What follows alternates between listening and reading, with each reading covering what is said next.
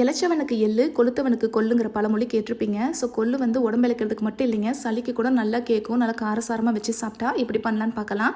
ஒரு மிக்ஸி ஜாரில் 4 பல்லு பூண்டு, 5-6 சின்ன வெங்காயம், கொஞ்சம் சீரகம், மிளகு அரைச்சி எடுத்துக்கோங்க, இல்லைன்னா தட்டி எடுத்துக்கோங்க. ஒரு கடாயில் எண்ணெய் விட்டுட்டு கடுகு, கருவேப்பிலை, தக்காளி போட்டுட்டு நம்ம அரைச்சி வச்சதையும் போட்டுருங்க. இதில் வந்து கொஞ்சம் பெருங்காயம் ஆட் பண்ணிக்கோங்க.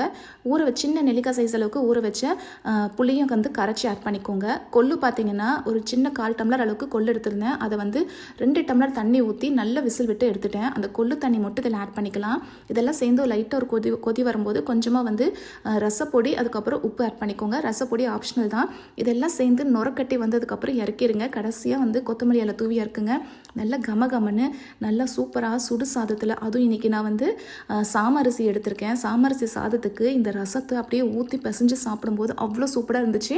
கொஞ்சமாக சைட் டிஷ்க்கு வாழைக்காய் வந்து தவா ரோஸ்ட்டு பண்ணியிருந்தேன், அதையும் வச்சு சாப்பிட்டேன். கண்டிப்பாக நீங்கள் வீட்டில் ட்ரை பண்ணுங்கள். ஏன்னா கொள்ளு வந்து சளிக்கு ரொம்ப நல்லா கேட்கும்பாங்க. இப்போ கிளைமேட் எப்படி இருக்குன்னு உங்களுக்கு தெரியும், ட்ரை பண்ணி பாருங்கள்.